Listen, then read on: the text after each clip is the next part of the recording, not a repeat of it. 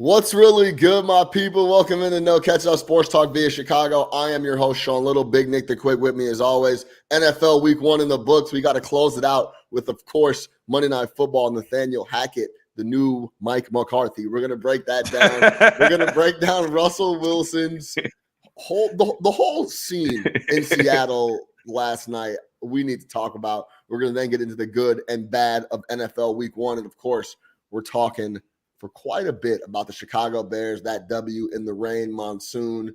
Apparently, there was a lot of coaching up going on at halftime. That's why the squad looked different. Flus. We got to talk. Hits. You know what I'm saying? We got to talk about it all, man. Hits. You know what I'm saying? No catch up. Sports Talk via Chicago. Let's go.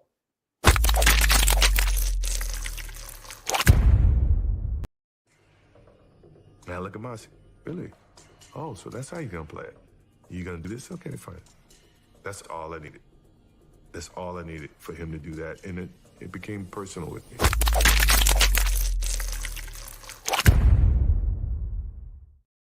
Big Nick the Quick, what's happening? Man, how we feeling? I'm good, bro. What's going on? Man, not too much, man. Not too much. What a week. Good. What a weekend. What a week. What a week. What a week. What a weekend. What a sports week. Love it. Yeah, man. It was a lot of fun across the board. NFL is fully back. I had a strong opening weekend, and then I was kind of dull. I was kind of dull last night, which was unfortunate, but I was a lot lighter last night than I was over the weekend, so it was still a great weekend overall. How'd you do with the teenagers this weekend? Did you do? I only took one game, and it was USC, so I covered that. So, nice. Yeah. Man, I was really you were worried about that 9.5, right? Yeah, for a second I was. The back door was wide open. The back door was wide open. I told you were good. They were up 20 and you were sweating. Yeah, so good. I was sweating that a little bit, but other than that, everything was good. I sent you the winner, but I didn't fire on the Texas. I said, "Yo, take Texas first half. That's the lot. 14 points." Yeah, that was the pick. I didn't take it myself. I took the game total under though. The first half game under, and first half game under was good. Yeah. So what a crazy game. I don't watch the teams. There's a lot of crazy. I don't games. watch the kids too much, but that Texas Bama game was wild. There was a lot of very crazy questionable games. calls going on over there. But yeah, good weekend overall, man. Yeah, overall, it was a lot of fun. Should we get into it? Should we get into this Monday Night Football talk? Yeah. You also threw me the layup on I'm gonna fuck up his name. Alcaraz. That was a layup. I told you, easy layup on that one. Yeah, I told you, man. Stay up till 4 a.m. watching it, but yeah, easy. That dude is different, man. Yeah. He's gonna be. Mark, write this down. Carlos Alcaraz is gonna win 15 plus majors. I'm gonna tell you right now today. So is he the guy who's going to take the torch from this great era? Oh, he's one of them. Federer. He's Djokovic. One of them, no question. Yeah, he's going to be number 1 in the world or number 2. He's going to be top 3 in the world the next 15 years. It'll be interesting to see how they kind of navigate around that, right? Because they've had crazy stars for like the last 20 years between those 3 guys, and obviously it's winding down. You would think it's winding down for guys like Federer, Nadal, and Djokovic, but yeah, no question, it's winding down. For sure. You saw it. None of them were playing. Yeah. The Joker thing is interesting because he's essentially giving up a shot to win majors to not get vaccinated, which... Where can he not play? Can he not play in any major? He can't play in Australia and he can't play here. Okay. So that's 2 of the majors. And then you can play French, Wimbledon? The French is not his surface. He's not a clay guy. Yeah. And he played Wimbledon 1. So like him not playing in these are big for a lot of other people. Right. Like someone's like in the US Open, someone's gonna have to beat one of the best of all time, if not the best of all time, on his favorite court, which is a hard court. It's really difficult to do, and they don't even have to play it. So yeah, it's big. I think that's why Nadal, him and Kyrie dying on that hill. Well, that's why Nadal. That's why Nadal was trying to, pick up some of these majors, which he did. He won the Australia, he won the French because Djokovic's not around. There's no Djokovic in there. Yeah. Yeah, like he doesn't have to worry about that. He beat Djokovic in the French, I believe. But yeah, all right, let's get to the NFL though. NFL talk. NFL Week 1. Let's talk Monday Night Football last night. Let's talk about the beginning. Now, listen, man. I actually really like Russell Wilson's game on the field. And I've never loved him when he, when he would get in front of the camera and do a lot of Bible thumping and a lot of God, God, God, like extra God in your face all the time. You can believe in God or not. That's not my, that's your decision. I don't care if you're religious or if you're not. It bothered me that it was in every sentence that he said. It's like, how you doing today, Russ? How's the playbook look? God's got the playbook locked in. We're good to go. Like, it was too much. I was on page 216 of the playbook. It reminds me of John 2:16. Yeah. John, yeah, exactly. Like John 3:16 is the play that, it's God's favorite play. It's like, all right, bro. Like, okay. So then he kind of tailed off that. He doesn't do that as much as he used to back in the day. But now it's like everything this guy does is for the camera.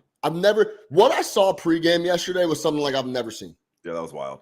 We know, and he knows that everyone is talking about his return to Seattle. And at every single opportunity, every turn, he made it about him on the pregame walkout, dapping up his teammates. He then goes in the back after he breaks everyone down. He goes in the back.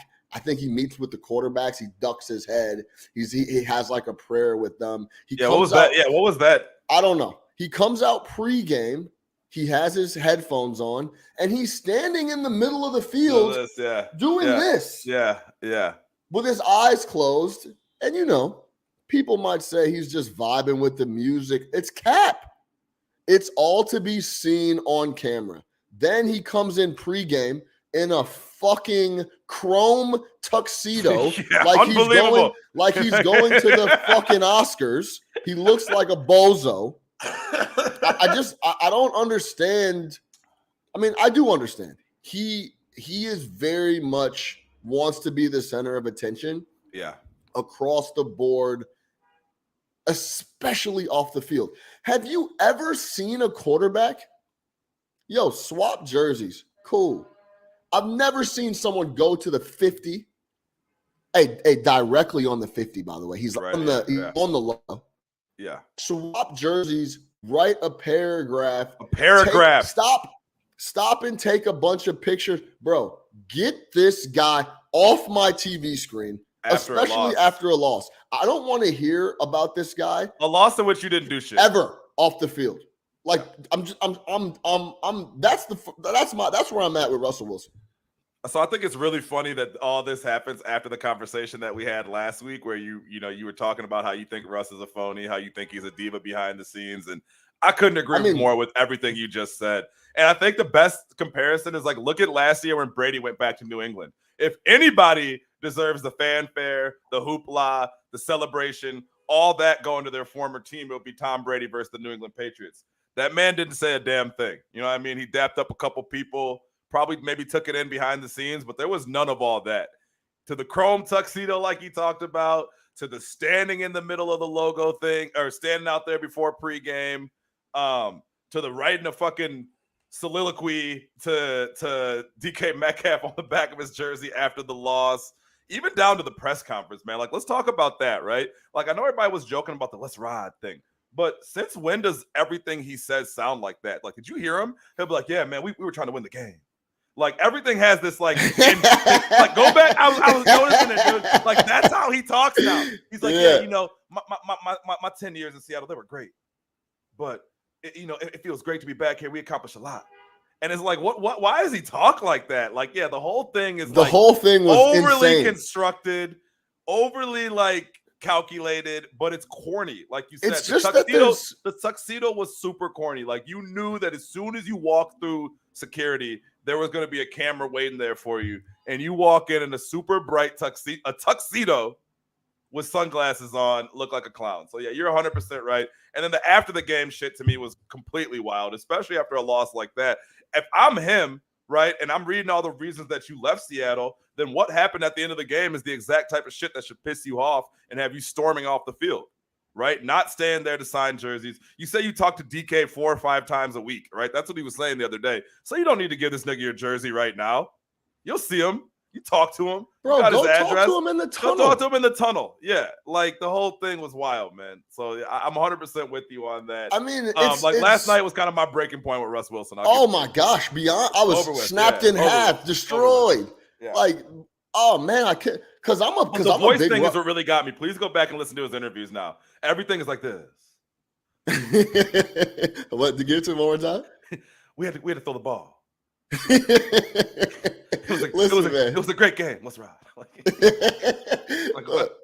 it was way too much. I can't get behind it. I'm not behind it, and that's where I'm at because I'm a big fan of his on the field. I think he can play ball, but let's talk about Nathaniel Hackett.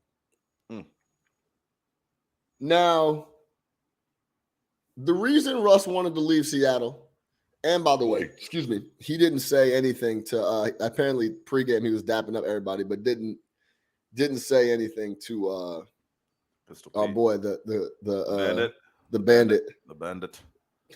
Remind people who don't know who the bandit is. Pete Carroll, the bandit. Pete Carroll, man. the bandit. Left USC as the house was burning down. He walked out the back door and took a flight to Seattle. Strolled out. Out. Oh, didn't even run. It's kind of hot in here. You know didn't run fast either. Oh no, there might be a fire downstairs. I'm getting out of here. Didn't say what's up to Pete Carroll. They were on very bad terms on the way out, and I think, and if you were on Twitter last night, a lot of his ex-teammates were tweeting stuff out like this guy. Nobody likes this guy off the field. Richard Sherman said that Hackett was adjusting to his personnel. Like nobody likes this guy off the field, bro. Yeah. It was just it's very plain to see he's a diva and extremely fake and whack off the football field. Sure. No more of this. Forget about how people are calling him corny. Yeah. He's just whack. He's whack. not cool. It's not forget about being corny. He's just a lame. He's not he's just not a cool dude. Like the dude is just whack. Period. Point blank. That's it. So okay. We should know when his teammate took his chick, man. Something wasn't right. Shout out Golden Tate. Come on, man. Hey, he Tony Parkered him. Hey, them Notre Dame boys different. Golden Tate. Shout out Golden Tate, man. Yo, Golden Tate, he can low-key play ball too, man. Yeah, I like Golden Tate. Golden Tate was nice. Golden Tate was decent, man. All right, let's talk about the clock management issue because that was beyond egregious. That was not. It was egregious. Would be putting it extremely lightly. I don't know. One of the worst. They have 3 timeouts. They run the third down play. They have 3 timeouts. It's 1-on-1 on the clock. Maybe 1:11, I think, actually. Then they run up to the line. They have 10 seconds to figure out if they're going to run the play or not, right? It's 4th and 5. They come up to the line. Hey, if you want to catch the defense off guard and have them not know what they're doing or don't switch the personnel, then go up and run the play. 4th and 5, bang, run it right there. Okay. But if you have a smidge of you don't know what you're going to do, or you don't have a plan, or you don't have a play in place, hey, the thing about this quick is this is an easy decision. This is not like a muddy, we could do here. Should we set, what do we do type? This is a very easy decision. Timeout. That's it. You have 55 seconds, timeout. Let me decide what we're going to do. Then, if for some fucking stupid reason you want to kick a 65-yard field goal, then run him out. I guess the confusion was, now I'm going to try to be nice here. I guess the confusion is he wanted to kick a field goal the whole time. So he didn't want to kick a field goal with 55 seconds. You understand what I'm saying? Because then if they miss the field goal, or say they hit the field goal, then they still have time left to go down. Do you understand what I'm saying? So I think I'm just trying to figure out what he's thinking. So he wants to run the clock down at the line of scrimmage? So he wants to run the clock out. But that's not what. But what else could it be? Because he's wrong. But that's not what happened. What happened is they could not get a fucking playoff. They couldn't snap the ball, just like they hadn't been able to the entire second half of that game. If you watched it, there were several times where a lot of quarterbacks make pre-snap adjustments. You're telling guys go over here. They look lost. It seemed to me like every single play, Russ had to tell the other 10 guys where to go. He's pointing at the center saying doing this, pointing at the tackle doing that, wide receiver over here, running back, you come over here. And it wasn't like some Peyton Manning Omaha shit. It was more like, guys, where are you going? You're supposed to be over there. Yeah. I don't know what this is going on. It's almost like they were unprepared on offense. I have never seen a team look like that on offense as far as that much confusion pre-snap. Every single play, they were running it down to 1 second on the game clock. Yeah, every play. On the play clock, every single play. And Joe Buck was talking about it. Aikman was talking about it. Then you get in that spot, and it's the same thing. It's not like Russ was up there standing, just letting the clock go down. They couldn't figure out what they were going to do. You waste 25 seconds doing that, right? And if your plan was ultimately to run down some clock and not give a lot of time for them to get the ball back and score. Because that's like the only thing that I could think makes sense. Then run a running play and try to get a couple yards closer so it's not a 64-yard field goal. No, it's fourth, though. Oh, that was fourth down. Okay, you're right. You know what I'm saying? I'm just trying to figure out like what else it could be, but it seemed like they were going to try to run a play, then didn't, and then it was a lot of confusion. But either way, like, and then you that's the decision you come to is we're going to kick it from 64 yards out on the road when we have Russ. And by Wilson. the way, he just missed that motherfucker. He did just miss it. But even if they hit that, when he hit that, when he kicked it, when it came off his foot, I'm like, oh, that's going in. Even if they hit that, it's a terrible call, right? But it's just compounded by the fact that throughout that entire game, that team looked disheveled from the play calling. The play calling, I thought, in a lot of spots was awful. The play calling on that drive was awful. Well, I texted you before it started, and I was talking to my guy, Max. Shout out, Max, big Broncos fan. He said, look, man, this team has never played together offensively on a football field. It's a new offense, new head coach, new everything, and they've never played. Didn't play all preseason, didn't do any of that. So this was the first time they were actually getting a full actual live on game situation type of thing. Sure. And it showed, no question. Oh, it showed terribly. But I mean, even with all that under consideration, I get that, right? Like there's obviously going to be some growing pains. And I think you saw it with several teams around the league. That was past that. That was full incompetence. That was incompetence. That was incompetence. Like that's what I'm saying. Even before going for a 64-yard field goal, the second longest field goal in NFL history. Even before that, I was saying in the group chat, this guy Hackett is crazy. What are these play calls? What are some of these play calls that are going on here? How do you get inside the 5 twice and fumble it? And the second fumble was because of why? Because they couldn't get the play in. Yeah. They snapped it with 1 second left. Running back gets the ball, doesn't know where to go. Fucking defensive lineman's already in the backfield by the time you snap the ball because you guys don't know what you're doing. Russ is literally telling each player what to do at the line of scrimmage. And again, it wasn't some pre-snap read, Peyton Manning brilliance shit. It was these guys don't know where to go. You literally had 5 linemen. I've never seen this. 5 linemen turned around looking at Russ Wilson. Yeah. Pre-snap. 5 of them. 5. Like what? All. Okay, I'm doing what? Is the pass or a run? Okay. You know, like I've never seen anything like that. That was going on all game. Yeah, it's I said this going into the game, and because this is real, I'm always interested to see, because Nathaniel Hackett, the offensive coordinator for the Packers. So you hear that on surface. And you're like, wow, this guy. But Matt LaFleur is designing the offense. Yes. He's calling the offense. And the quarterback is the most talented guy in the history of ever to play the position. So how much does Nathaniel Hackett actually have to do with what's going on in the success of Green Bay's offense? Similar to when Joe Judge gets a head coaching job. And he was the special teams and quarterback coach or something in New England. And he's under Belichick and he's under Josh McDaniels. And it's like, does this guy even do anything really? Right. And when I say do anything really, it's like, I'm going to need to see this translate to actual on-field production because I don't know how involved this guy is on offense when LaFleur is the orchestrator and then the trigger man is Aaron Rodgers. Right, 100%. And look, man, you can be as good as you want to be with X's and O's, right? You might be able to get on a whiteboard and draw up all types of shit and all types of concepts and all that. But head coaching in the NFL, more so than anything, right? We see it with guys like McCarthy. We saw it with our guy Anthony Lynn when he was in the Chargers. Remember him? It really comes down to what? What do you mean? Yo, please find that clip. It was the greatest clip ever. Shout out to Anthony Lynn, man. He's catching strays today from me.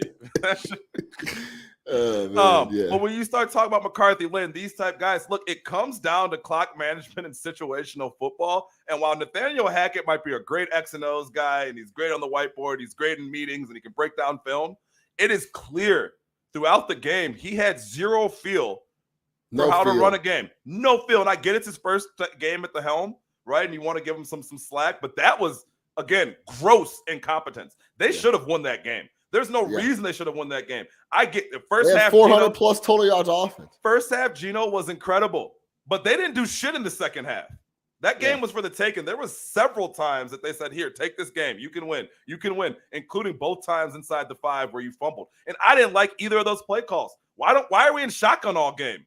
Put this guy under center, line it up, and go score the touchdown. I don't get this cute shotgun draw at the goal line shit. That's Nagy shit.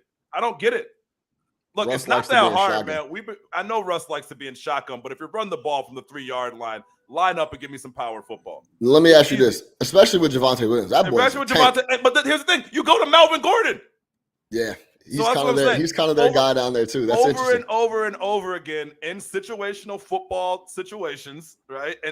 And clock management situations, in game management situations, in field situations, that dude did not deliver. And it culminates with kicking the second longest field goal in NFL history to win a game with a guy who's never hit above 61. Last question. Yeah.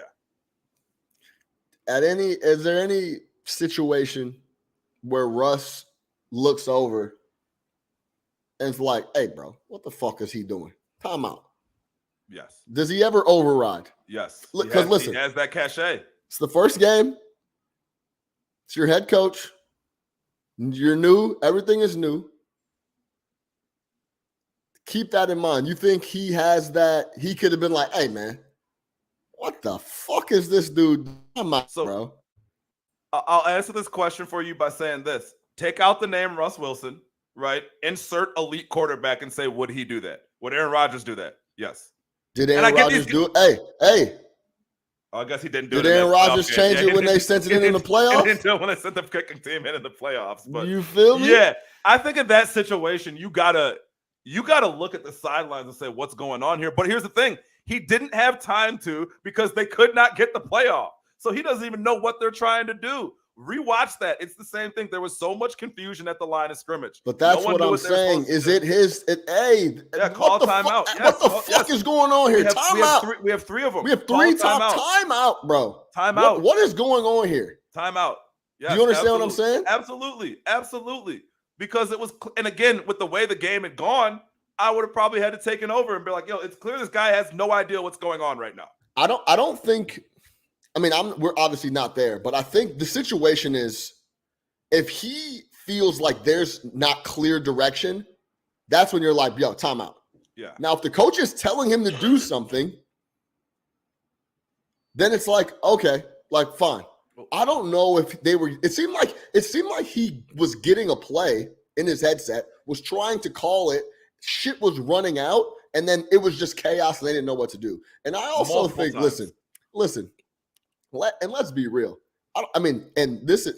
Nathaniel Hackett's 100% wrong. He didn't know what the fuck was going on. He had no awareness in the situation. That crowd in that moment, it's clear that motherfuckers are flustered by that. People don't know what's going on. The clock is running out. People are trying to get lined up. It's a tough situation to be in. But the problem is, you know that going into yes, Seattle. And you need to know on 3rd down, what am I doing at 4th down? If it's 4th and 5, if we're gonna kick the field goal, then okay, we'll go up, we'll run the clock out and kick the field goal. Not what are we doing? What's going on? Are we running a play? Timeout. That's what's there should have been it should have been 3rd and 5, timeout, 107 on the clock. Right. And you're supposed to practice these situations. You practice the 2-minute drill. Like you said, you made a great point. Like you really made a great point.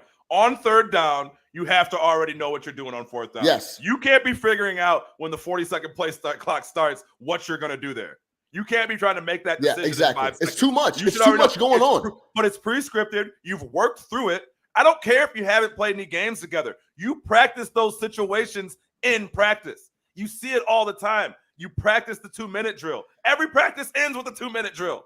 Yeah. Yo, Damn the other problem is, Nick, when I'm watching it, I feel like if they don't have any timeouts, they still don't know what the fuck they're doing. That's the thing. Like if they say they didn't have any timeouts, it looked like they were just gonna run the shit out either way, timeout or no timeout. They were flustered. They didn't know what was going on. No idea what was going on. And again, like the guy there's a lack of situational awareness. Like he had no idea. What no about feel for the game? What about the timeouts in between the kneels though? Oh, I was just about to say that. Then this jerk off, then this asshole, this guy, unreal that he called those last 2 timeouts.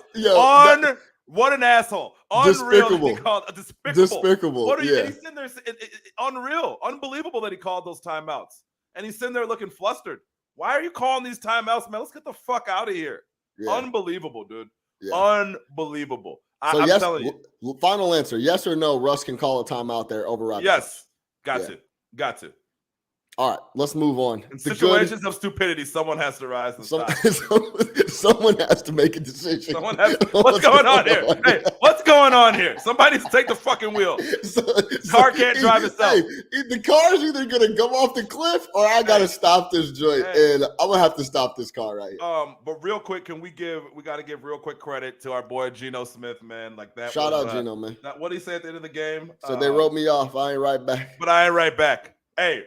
Great game. On the spot, by the way. On the spot. He came up with that in the moment. Yeah, he didn't have that loaded. She said, because he was trying to get out the interview. He's like, yo, are you, what? She's like, real quick, I'm done with this. Yeah. And she goes, well, Geno, I see that it's the emotions are coming over you. They wrote you off. He was like, yeah. I ain't right back, though. They wrote me off, but I ain't right back, though. Yeah, great first half. And the Seattle defense, I think Pete Carroll outcoached Nathaniel Hackett, obviously. But Seattle those boys flying around. Seattle defense was flying all over the place. I really enjoyed the game on a hitting physicality level. There was a lot of thumping going on the entire game across the board. I enjoyed that. Reminds me of the Legion of Boom minus the size. Like, yeah, Pete Carroll. Pete Carroll likes to bring his corners up into the box and get active, though. You know what I mean? No, none of that. Even though he had a great game, none of that Eddie Jackson tackling in Seattle. Pete Carroll wants you stepping up, making a play. He's always like big physical type corners. Yeah. So all right. Good, the bad of NFL Week 1. Shout out Russell Wilson. I hope he doesn't talk. I hope he just relaxes today. Yeah. No extra shit, Russ. Today. Let's go watch some film. He's already doing some extra shit. All right. What are your good and bad of Week 1? Obviously, let me give you some of the good stuff that you could pick from. Yep. Mahomes is still Patrick Mahomes. 5 TDs. Really? Wait, he's not done? No Tyreek Hill. Doesn't matter. I thought he was washed. Tom Brady, efficient. Got the W. Of course, there's the Chicago Bears, but don't touch that one because we'll get into that one. We have the Pittsburgh Steelers. They get the W. There's a lot of stuff. What? Give me your good, and then we'll get into the bad. So I'm going to throw a couple curveballs on you for my good, man, because I gotta, I talk big shit. I have my people who I can't stand, but when they do things, I gotta give credit. So I'm gonna give credit to 2 quarterbacks who I have relentlessly killed on this podcast for years. Yeah. First one, Carson Wentz. Not a Carson Wentz guy. The game was classic Carson Wentz. It was the good, the bad, and the ugly. But ultimately, when it mattered down the stretch, Carson Wentz made some absolutely big-time throws for the Washington football team, Commanders, Redskins, to win the game when it counted, right? So I just thought in the fourth quarter, had that game on the red zone, and he just was making play after play after play for them. Threw a couple picks early on. And again, you get the full Carson Wentz experience. I still don't think he's that guy. But, man, I got to give him credit for leading to that win. I get it was against Jacksonville, but we're talking about Washington here. It was not a great team either.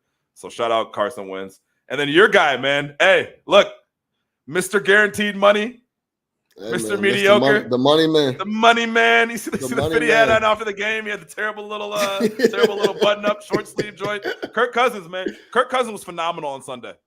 Kirk Cousins was phenomenal. I think a lot of it was Justin Jefferson. Justin Jefferson might be on his way to being the best receiver in the NFL at this point in time.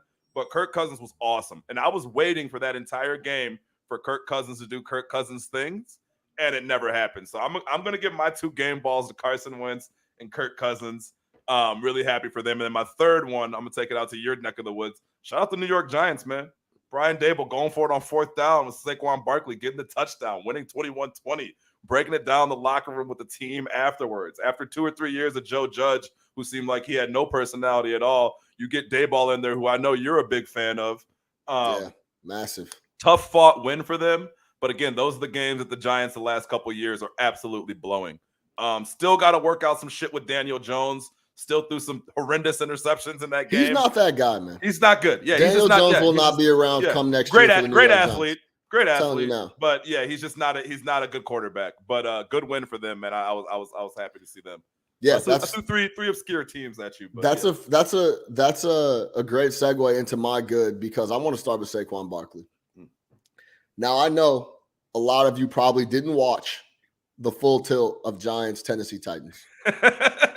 No. I in fact have NFL Plus. Shout out, hit me if you need to log in. Oh, so you can I went and rewatched just because I knew I was going to talk about it on MSG Network. So I'm like, let me go watch this game.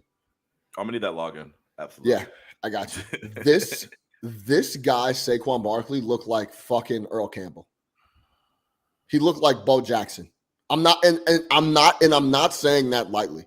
Right. He was big, fast, strong, and was finishing runs. And it wasn't finishing a run here and there. He finished every run he had. It looked like he was trying to kill people out there. Yeah. He looked like he was at Penn State. All the hype of him and doing quad exercises and squatting 1,100 pounds, he looked in shape. He looked physical, and Dayball was getting him the rock early and often, and he was punishing people. Go watch the extended highlights of the Giants or whatever else you want to do. He looked phenomenal. Yeah. That's number one for the good for me. Number two is the Steelers, man. I was killing the Steelers. You have good in that game? Oh, boy, I got to hear this. No. Anytime you could turn someone over 5 times. Yeah. It's all coaching, bro. Hey. It's all coaching. The defensive, because I'm going to tell you this, man. If you create 5 turnovers, you should be winning the game easily if your offense is doing what the fuck they're supposed to be doing. Yeah. There's no reason in any way, shape, or form, and I'm not even going to bash Mr. Trubisky, but you know what time it is over there. If you turn over a team 5 times, somehow gets another W. You should not be scratching and clawing to win the game. So my big ups is to the Steelers and their defense and continuing to show up. Minkah Fitzpatrick is an absolute player, ball player, whatever you want to call him. He is a stud. Comes up, fills, can cover, plays special teams. Yeah. What a great trade when they made comes up in massive spots all the time. Yeah. Trubisky didn't win the game. I don't want to hear that. Trubisky made one play at the end of the game. Yeah, Mitch Trubisky has always been on the end on the if you look at it, I think I posted that stat in the group chat. Over the last 6 years, he's 5th in quarterback win percentage. He always finds himself in the end of wins that he had nothing to do with. So that's a talent. Listen, but, he did. Yeah. He made a couple plays. Yeah, he did. I understand that. Look, man, quarterbacks lose games all over the league every week. Let me ask you this actually. When you see a game like that, because I'm giving my game ball to the Pittsburgh Steelers, they play phenomenal. They showed up. They turned them over. That was the only way they win the game, is if they go in there against the defending AFC champions. If they go in there and turn them over the way they did in Cincinnati. That's what I'm saying. That's the only way they win. They go in and turn them over like that. That's how they have a chance to win. Let me ask you this, Nick. Is it – actually, I'm not even going to get into it. I was going to ask you, did Cincy win it or did they lose it type of thing? Oh, this is get up. Thanks for getting up with us. No, I think that, well, look, the end of that game. Are you worried about Cincy, or is it because I'm going to tell you this, I still think that the Pittsburgh Steelers are not that good of a football team, and I think Cincy's a really good football team. So here's the fact that, I guess put it like this, the fact that they were still in that game, turning it over the way they probably should have won the game. They missed 2 field goals, right, to win the game. So are you on the Cincy's all right, they played a really bad game, Burrow will be back, or is it man, Steelers came in here and turned them over crazy, and you're worried about it? we've been saying for 3 years the Pittsburgh Steelers are a bad football team. And they make the playoffs every year, and they do this type of shit. Somehow, this guy, look, say what you want to. Like, Tomlin is one of the best coaches in the history of the NFL at this point. Like, let's keep it real, because they've had a talent void in that organization for the last few years, and they've had every reason to go 1-15, 2-14, I guess 2-15, things like that. Now 15-4-1 against the spread as divisional underdogs. So yeah, Mike knows what's up. So I'm never counting out the Steelers. Like, it's one of those things where I'm just never going to count them out, because again, at the roster they had last year had no business getting in. So I'm never going to count them out. What I will say is this about the Bengals, right? And I'm sorry if I sound like a broken record on this, but hey, look, man, if you have a quarterback and that quarterback is good and you want him to continue to be good, you need to protect him. So Joe Burrow getting sacked 7 times on Sunday, which is the same thing we were talking about last year. Like, obviously, they improved a little bit last year. They got to the Super Bowl despite their offensive line last year. Year before, they broke his leg, right? But you're still now in year 4 of Burrow, or is this year 3 of Burrow, you still have these issues on the offensive line. So if your quarterback is worrying about when the next hit is going to come, of course he's going to be turning it over left and right, no matter how talented he is. I have yet to find the quarterback, and let me know where he's at if you know where he is, because I'll sign him. I've yet to find the quarterback that can play from his back. Where is he? Where's the quarterback that can play from his back? Why don't we protect the quarterback? What squad you gonna sign him to? Hey, more broken record shit. Why is Tom Brady playing the NFL for 25 years? Because the whole time in New England, they prioritized keeping him off of his back. Because it matters. If your quarterback has a clean pocket to operate from, if he's not seeing ghosts every time he drops back, he will be fine if he's a good enough quarterback. I'm not worried about Joe Burrow. Shitty games happen. What I am worried about is their inability to protect him. You cannot, under any circumstance, have your quarterback getting sacked 7 times in a football game. Eventually, that shit adds up. He will get hurt. He will lose confidence. He will be hearing footsteps whenever he drops back, and he will not be able to operate the way that you want him to. So again, man, I know every week, offensive line and defensive line, I say build from the trenches because it matters. Protect the quarterback or get to the quarterback. Start there. Protect the quarterback, get to the quarterback. They're not protecting this man, right? And they're lucky he's young and hasn't started flexing his Russ Wilson muscles yet, because veteran quarterbacks wouldn't be going for this, man. You can't have this guy getting sacked 7 times at home in week 1. The season just started. You're not dealing with injury. And this guy's on a rookie deal. So where's the money being spent if you're not? And I know they signed my man. They upgraded the unit from Tampa Bay. I think they signed Ryan Jensen. Yeah. Was it Ryan Jensen or one of those guys? Yeah, they upgraded the unit, but it's still, hey, look, then talk to the offensive line coach, because it's still not working, man. Anytime I see last year's problems creep into this year, a la the Cowboys getting 10 penalties on Sunday night, it tells me that you haven't fixed your biggest issue. And the biggest issue with the Bengals was the offensive line. So yeah, I am worried if your quarterback's going to be playing the game from his back. So yes, to me, it's more the Bengals losing it because you were at home, you weren't playing against a good team, and the thing that was holding you back was clear. So yeah, that's that, man. Because he was overcoming a lot of stuff to get these W's. You know what I'm saying? Last year, 100%. Yeah. Yes. He kind of, with a ragtag group, he did what he had to do and got to the Super Bowl. And yeah, that needs to be addressed. Needs to be fixed. 7 sacks, man. Like, that shit is. This guy got hurt in the Super Bowl. In the Super Bowl, he was getting killed. Yeah. Killed. Okay, let's keep it with the negativity. The negativity is thriving right now. Don't catch up. I'm ready. Give me your bad. So we went over the good. Let's talk about the bad. Shout out Kirk Cousins, man. You showed my guy some love. He won me some money on Sunday too. Shout out Kirk Cousins. Shout out the money man. Oh man, the Dallas Cowboys. Where do we want to begin? I put this in the group message the other day. It kind of hurt my soul to say it, but I'm going to put the question. I guess it's almost a moot point now because he's out 6 to 8 weeks. But my question was this: is Dak Prescott good? Yes, he is. Okay, I just want to make sure. Because I don't know. Dak is good. Dak had no help. No help at all. I don't know what that was on Sunday night. The Dallas Cowboys picked up where they left off last year. A team that is rudderless, has no direction. No heart, no direction, no anything. I don't get how you literally get killed for penalties all offseason, and you come out in this game and you commit 10. Well, it's just not something you fix overnight. You can't just tell the guys, "Hey, You didn't hey have guys, overnight. You had 100 days. But you know what I'm saying? It's not one of those things like, "Hey guys, no penalties tonight." It's like, Well, dude, but I push back on that. But the culture. Look at Eberflus. The Bears were a penalty machine last year. You look at the Bears on Sunday; they played discipline. That's a new coach and a new regime. That's the same fucking coach and the same shit. So what are you talking about? Fire this guy. Whoa, that's a whole other conversation. But Jerry Jones, I really think Jerry Jones should come out and be like, he got me. Yeah. Oh, yeah. I got bamboozled. Yeah, for sure. Mike McCarthy's not the guy. He's not that guy.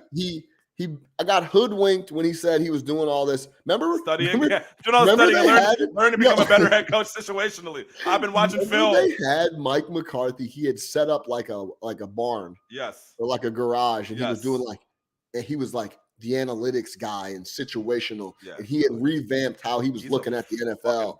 And he fucking bamboozled Jerry Jones. Yeah. Just come out, hey man, cut your losses. He got me. Because that dude is not the answer. And I don't know. Now, some people will argue it's hard to have a conversation about the Cowboys and not talk about Jerry Jones, who is the roster man. Absolutely. Is the president for the squad that he showed up with. They have no wide receivers. They have none. And they essentially expect what up, bro, baby? What's good, dog? They expected Dak to just overcome everything and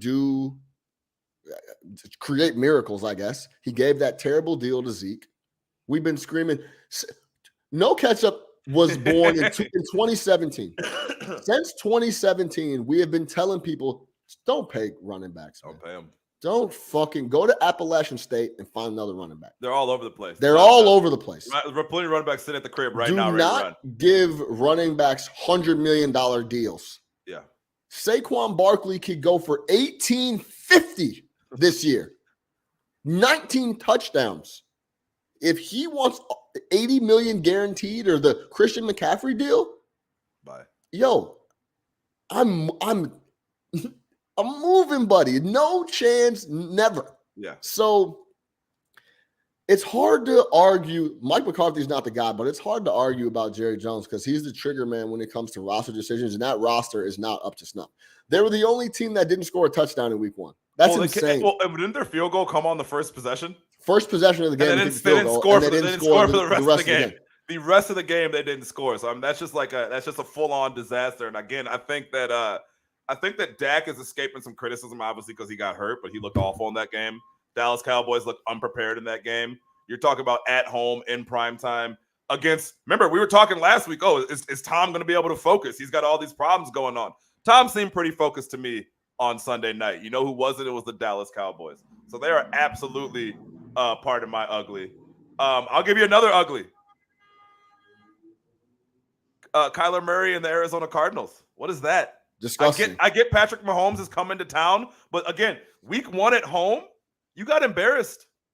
And 14 of those points came in garbage time, right? Which they are garbage time kings. The Cardinals are garbage time kings on offense.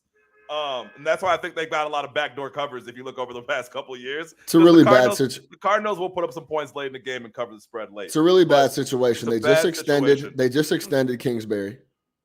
Inexplicably. For no reason. Yeah, great house. I don't understand that, but yeah, that's fine. They extend Murray. And then put out every bad story you possibly can about him. It just seems like a mess over there. It's a mess. It's been a mess. That's it. And I understand they played the Chiefs, and the Chiefs looked ridiculous. Yeah, sure. I haven't watched that again. I need to go watch that before in the next couple of days. But yeah, that's another bad one. I mean, what 100%. Was the game plan? Their leading rusher in that game was Kyler Murray with 5 carries for 29 yards. Can I give you my bad one? Yeah. I'm a big fan of this guy. Huge fan of this guy. My bad is Kyle Shanahan. Because I think he's too dug in on this Trey Lance situation. Guy sucks. I think he decided that Trey Lance was the guy like a long, long time ago. And he's completely dug in on it. And I understand it was a monsoon, and we're going to see a lot more, but it wasn't a monsoon a couple weeks prior to that in the preseason. Well, they came out in July and announced the starter. That's what I'm saying. Yeah. It wasn't a monsoon a year prior. We've seen him on the field a couple times in a non-monsoon situation, and he just doesn't look very good. Now, I get that Jimmy G is back, and I don't think Kyle is afraid to pivot and go back to Jimmy G. But the whole situation as is bizarre. Not good. It's bizarre. Bizarre. And you literally have your starting quarterback sitting. Yeah, go ahead. And you have a guy. There's something missing here with the Jimmy. He doesn't believe Jimmy G can get it done. So his next option was it has to be to go with the guy that he drafted. But the way the whole situation was handled, and then for them to come out and look how they looked in Chicago, was tough. And I'm excited to see what they look like here in the next coming weeks. But he dug in on the Trey Lance situation, and he didn't need to. He put all the eggs in the Trey Lance basket, and it looks like it's going to be a tough thing to swallow. And they also shitted on Jimmy G while doing it. I mean, they were, again, anytime you see any of these leaks in the media, it all comes from the team, right? Jimmy G, after we signed him, we couldn't get in contact with him for 6 weeks. Jimmy G doesn't work hard. He's not really Mr. Film Study guy. Like, you put out all that shit, which only comes from team sources, because the only people who know that are folks inside the building. Yeah. Right? Then you fail to trade him or whatever you were trying to do. So you bring him back on the roster. He's just kind of there hanging out behind Trey Lance. This is a guy who you've won a ton of games with.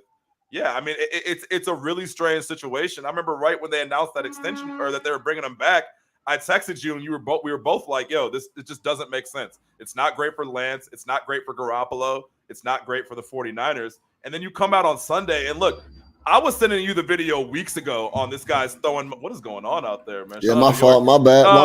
Sounds like the purge out there. So, yeah, I was sending you the videos of Trey Lance's throwing motion, and I was like, dog, this isn't going to work.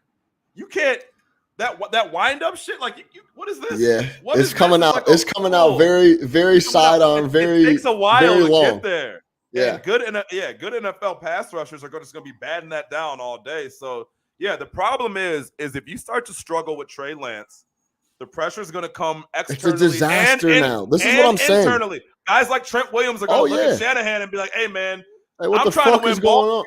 We won a bunch of them with this dude last year. This guy's still winding up the ball. We need to make a move here. And so it's just an uncomfortable situation. Now, also, it's like if you wanted to trade Garoppolo after week 1, and there's a couple teams that would probably be in the market for a quarterback, you can't really trade him. I wouldn't feel comfortable getting rid of him now. I absolutely would not. I'm holding on to him because I don't know where this is going to go. You have a good roster. Obviously, you were in the NFC Championship game last year. So it's a really bad situation. I think that's why if you were going to go with Lance, man, you just had to have a clean break. It would be like if the Packers decided that they were going to start Jordan Love and then they just benched Aaron Rodgers. And also, guys are looking around like, why exactly did Jimmy get benched? Like, what did he do to get benched? You know what I mean? Like, it's just a confusing situation over there. Hopefully they get it figured out because I like Shanahan. I'm like you. I'm with him, man. I think he's a really smart guy offensively. I hate what he did to RG3. I'll never forgive him for that, him and his dad. But, I'm not in on the Trey Lance thing. I'm not in on quarterbacks who haven't played football for 3 years. Remember, he only played one game his last year in college, and it was an exhibition that was for the sole purpose of getting him drafted. So it's just kind of like, and they were talking about pregame, Shanahan was surprised at, how far behind he was. And it's like, the dude hasn't played football in 3 years. So we'll see. I was trying to fade that ambulance. Yeah, that's wild. Something's going on over here in Brooklyn, man. Gotham City. But yeah, you're 100% right. So we're going to see how it shakes. But to have the roster that he has and to kind of put all your eggs in the rookie quarterback basket, scary. It's tough because if it doesn't pan, you don't bounce. You don't bounce from that. You know what I'm saying? He looked bad, man. He looked, yeah, like you said, not I think you and I both look for kind of the same things as far as like, I don't necessarily look at numbers. It's more like, how do you look out there? Like the eyes. We always talk about the eyes. Do you look comfortable being an NFL quarterback? It didn't look like it, man. He had no command at all. And he doesn't in the he doesn't in press conferences either. He doesn't. Just remember same thing we used to see with Trubisky. Yes. Dude, Trubisky would come out in press conferences and you would be like, nah, man, this dude's not it. This guy doesn't. That's why when you look at like a Fields, it's like, I remember someone said when they drafted Fields, they're like, the difference between Fields and Trubisky is this. Like, Mitchell Trubisky has always been the best athlete his entire life, so he just played quarterback. You know what I mean? But he's not really a quarterback. He's just a phenomenal athlete. Yeah. Justin Fields is a quarterback. You know what I mean? Like, that's talking about a phenomenal athlete. Yeah. That's also a phenomenal athlete, but the leadership aspect, the command, just feeling comfortable back there. When you're watching Trey Lance, there was no comfortability. It's almost like, man, 3 years ago, I was sitting in Fargo, North Dakota, fucking trying to figure out what I'm going to do when football's over. And now, you know what I'm saying? Like, what am I going to do? Now I'm the starting quarterback for the fucking 49ers. Now I got Roquan Smith coming off the edge, and it's pouring rain, and I can't see anything. I'm in Chicago. This sucks. You know what I mean? Fucking A. Jimmy's sitting over here. Like, this is just crazy to me. So, yeah.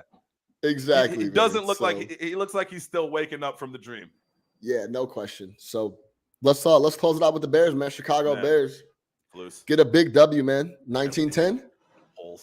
Little 9-point win at home. I'll take it. That's exactly how I felt at the end. I was like, I don't really know how much I've learned about the squad or what's going on, but I'll take this W because I tweeted this out in the first half. I was like, okay, the only offensive plays we have are run up the middle and a screen.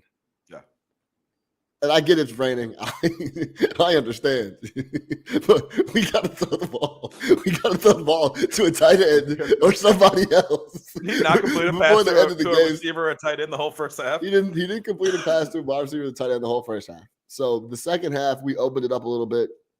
Khalil Herbert and a couple other people came out and said, hey, they got up in halftime and got on the whiteboard, dog. Coach this up. Like, here's what we're doing. This is what we need to switch up. And you saw it in the second half. Coaching. They coached. Coaching. Hey, it still matters, right? Like, you still got to coach guys. You still got to get on white. You still got to get in somebody's ass, right? Like, that type of shit matters. It's not all about being some whiz kid who believes so much in their own shit that, you're not up there doing the nitty gritty. Look, man, I'll push back. I think I learned a lot from the Bears in that win. I saw that team show resilience. I saw that team show grit. A lot of that corny shit, like we just got done watching the Dan Campbell Hard Knocks, and it's like, yeah, a lot of that shit is corny. Players eat that shit up. They would much rather have a Dan Campbell or a Matt Eberflus and his hits principle than a Matt Nagy type guy who thinks he's the smartest person in the room. Like, the players eat that shit up. They like that type of shit. They like the straightforwardness of it. I get it can sound a little bit corny, but like, in moments like that where it was time for kind of like a nut check for the Bears, right? You're down 10-0. You're getting your ass kicked at home. Nothing's working for you. Like, you got to find that spark. And I think in years past, that team would have just rolled down and died, or it would have gotten worse, right? You saw how excited they were after the win. Like, that shit was legit. That's genuine. You got Ryan Poles coming down to the field in a full-on suit, hugging his head coach, hugging his players. Like, I saw a lot from that Bears team, man. I think defensively, they were flying all over the place. That is a clear mark of the head coach and what he wants them to do defensively. I think Eddie Jackson was back in the mix. And they were going after the ball. Plays. They were looking to get the ball at every turn, bro. Give me ball. Where's the ball at? Right. We don't have some high-powered – we got to create as many chances as we possibly can. Then when you talk about Fields, 2 massive plays when you absolutely needed them, right? Absolutely needed those plays. You start talking about what the discipline that they played with. Remember all the penalties they would have during the Nagy era? Penalty here, dumb penalty here, dumb penalty here, always in the fourth quarter. The Bears used to not be able to score in the third quarter. We came out in the third quarter bussing on Sunday. Like, I felt really good about that Bears win. And I think that, for me, it comes down to the head coach, man. I feel like from what we've seen in press conferences, from what I've read about him, it seemed like his DNA is kind of in that club with how they played on Sunday. I really do feel that. Yeah, maybe I'm sipping the juice. And also, I don't remember being this excited about a Bears win, and I couldn't tell you when. You're the biggest on, like, hey, the last couple of years, don't win these games. And games that we won, we come on Monday and be upset that they won. I felt like it was the first game the Bears had won in 3 years. I really do. Like, I Yeah. can't remember being that excited about a Bears win. It was a fun win too. Fun. It was just a fun win. The rain, hey man, for all the hate that the field was getting, it held up really well. I don't care what anybody says. The lines might have been crooked and shit, might have been puddles everywhere, but there wasn't a lot of people slipping around and falling around. There wasn't divots in the field. So shout out to the grounds crew over there. But yeah, man, I agree with you with the DNA. The DNA from the defensive side especially was all over this club, and they were flying around and were physical. I need to see them in a regular situation though. Sure. Because what did we say going into the year? We weren't talking about the defense flying around. Yeah. We weren't talking about them hard hitting safeties and Brisker, who played really well. The rookie looked like he belongs. It was about Justin Fields and how he looked and his elevation in his rookie year for me.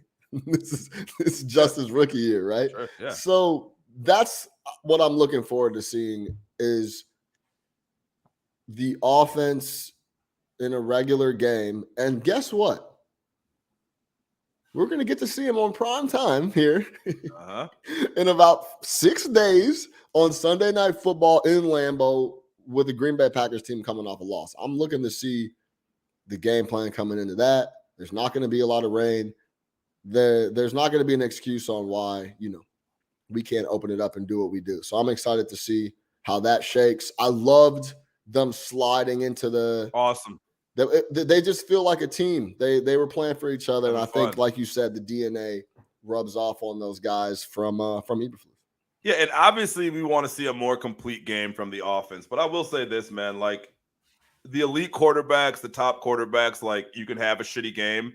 But if we always talk about how a game comes down to 1 or 2 or 3 plays, when those plays need to be made, Justin Fields made them. He did. And that is the most if I'm taking anything from that game as far as the Justin Fields development, it's like, hey, when we needed the plays to be made, he made high-level plays that ended up winning us a ball game. That's all I need, right? That is what I'm looking for. Again, the other shit's going to have to work itself out. They still have issues on the offensive line. There's still a talent gap, right? We don't have the best receivers, don't have the most talent on offense. But when a play needed to be made, and especially broken down plays, that first one, the pass to Pettis was a broken down play that Justin Fields made, kept his eyes downfield and made the play, right? When we needed it. So if I can pull that from it, if I can say, hey, look, man, this dude made the plays that needed to be made when we needed them, I'm good with it, man. Everything else, let's keep working on it. 8 completions, 2 of them are touchdowns. 2 of them are fucking touchdowns, and 3 of them really mattered. That tells you that, he made the biggest plays at the biggest times, no question. So I'm looking forward to seeing the Bears Sunday night. Primetime makes me nervous, man. We don't play well on primetime. We don't play well at Green Bay either. Yes, that's a classic. We don't play well against Aaron Rodgers, and we definitely don't. Especially with them coming off a loss. Yeah, you saw they lost to the Saints last year, and then came out the next week. I think they played the Vikings or the Lions, and absolutely smashed them. So, yeah, I think. Are you sounding alarms in Green Bay? You're not sounding alarms in Green Bay, are you? No, but I'm holding the handle. I'm not sounding alarms, but I'm holding. You're not sitting back. Your feet aren't kicked up. Exactly. The shit's on fire, but I'm not. I ain't left the couch yet. I think. I said this yesterday on the betting exchange, man. Wide receivers matter. Yeah. You can't. I don't give a fuck who the quarterback is. You can't just throw motherfuckers out there and expect them to get separation and create big plays and do all this type of stuff. So. Yeah, I'm interested because I'm going to tell you this, man. Aaron Rodgers is not going to have the patience for it. He's not going to be in week 8 and they're 4-4 and he's like, yeah, we're going to grind it out. He's going to start getting pissed off and he's going to start saying it in the media and shit's going to start to crumble over there. That's my opinion. That's what I think. Look in the mirror. He needs to look in the mirror. He's never going to look in the mirror. Exactly. Exactly. Whoa. Never look in the mirror. He's never going to look in the mirror because I don't think what doing of it would be his. He would say, yo, you got I ran Devontae Adams out of town. He didn't. Yes, he did run Devontae. Man, Devontae left because he didn't want to be part of the Aaron Rodgers circus. What do you mean? Why else do you leave to go play with Derek Carr? It's his guy. So is Aaron Rodgers, who throws the ball 130 times a year. And it wasn't You're It was the talking same like amount of. Devon. It was a, You're talking like Devontae went to the. said it. He wasn't sure of what was going to go on with Rodgers. He didn't want to be along for that ride. Listen, dude, Sure. if you're an elite player and you spent the last 2 off seasons with your quarterback playing some mindfuck game of whether or not he's going to come back, and like your livelihood is directly related to said quarterback, you're going to. I don't want a part of this, man. I'm not going to hang around and just be. Let me ask you this: subjected to where Aaron Rodgers wants to go. Come on, How man. have the Green Bay Packers run the organization the right way? No. Okay. But both things can be true. Both things can be true. That Rodgers ran Adams out of town and that the Green Bay Packers aren't a well-ran organization. They can both be true. But I think if the organization was run the right way, Aaron's not mad, and then there's not so many question marks when it comes to what the fuck is going on. Why are you drafting backup quarterbacks in the first round? Why have I not got a skill player in 15 fucking seasons? Absolutely. But why have you shipped out all the guys that I rock with and throw touchdowns to without talking to me? And why is Devontae leaving for the same amount of money to go to Oakland when he can still play with Aaron Rodgers? Because it's partly the organization shit's not being run the right way over there. Oh my God. It's also he doesn't want to deal with this guy, dude. This guy, come on, dude. Could you imagine being a teammate the last 2 off seasons with this guy? Do you think that was fun for the locker room?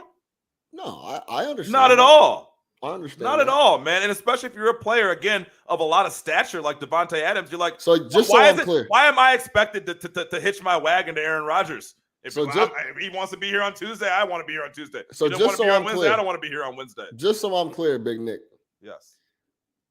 Come week 6 or 7, yep. Packers are struggling. Yep. They're 3-4. It's Aaron Rodgers' fault. No, but if they're struggling because they don't have Devontae Adams, it's Aaron Rodgers' fault. He has to take some blame in it. Okay. He has to take some blame in it. Yeah, sure. You don't think that what happened over the last couple offseasons took its toll on his teammates? I mean, no, of course it did, but I think a big reason why it got to where the level it was is because Mark Murphy and those guys are running shit fucked up over there. For sure, but both things can be true.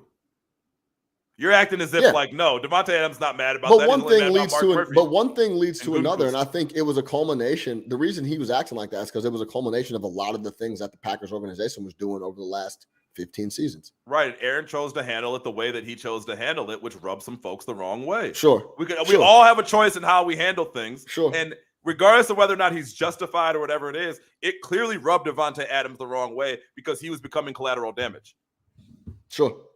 Or his career was. And he's saying, my career is not going to be collateral damage to Aaron Rodgers' indecisiveness. I got to go do my own thing.